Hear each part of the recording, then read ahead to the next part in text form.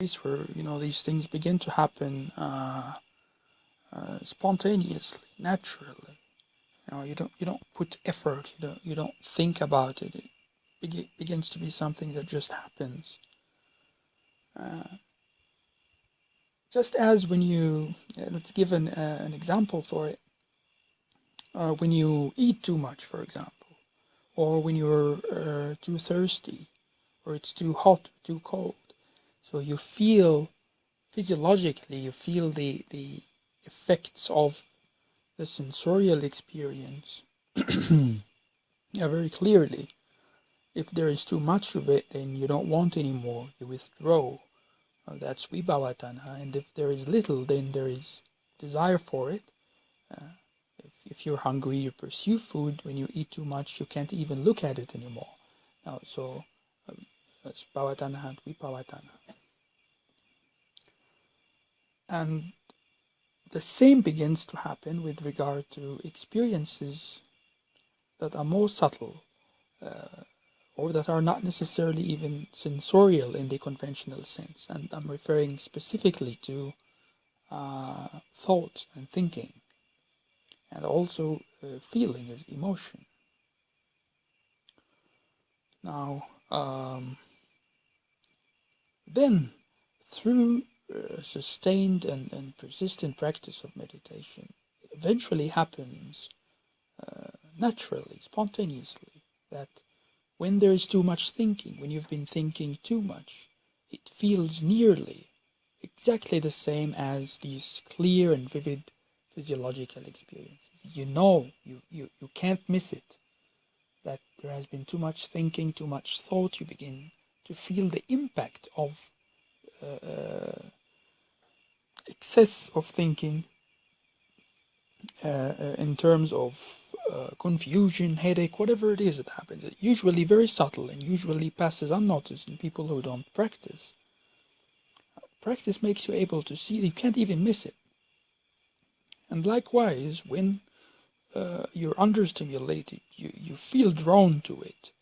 And that, of course, sometimes happens unconsciously, but practice makes you conscious of your need for thinking or your need of feeling. So it's not that just thought and thinking, it's also a desire for emotional arousal. Goes through the exact same process. Yeah. Bhava, that's what bhava means. This process of pursuit and withdrawal of basic, fundamental, evolutionary mental functions.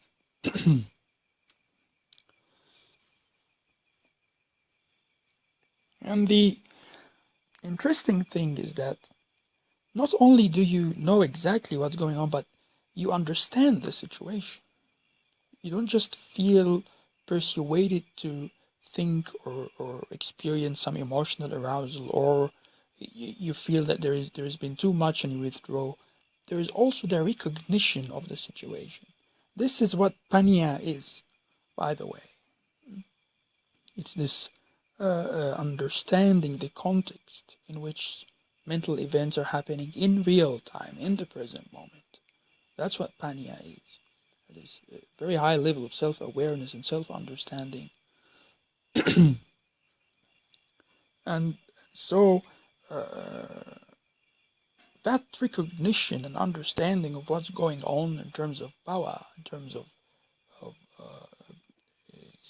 fundamental mental processes, is precisely what it takes in order for these the impact of these processes to be transcended later.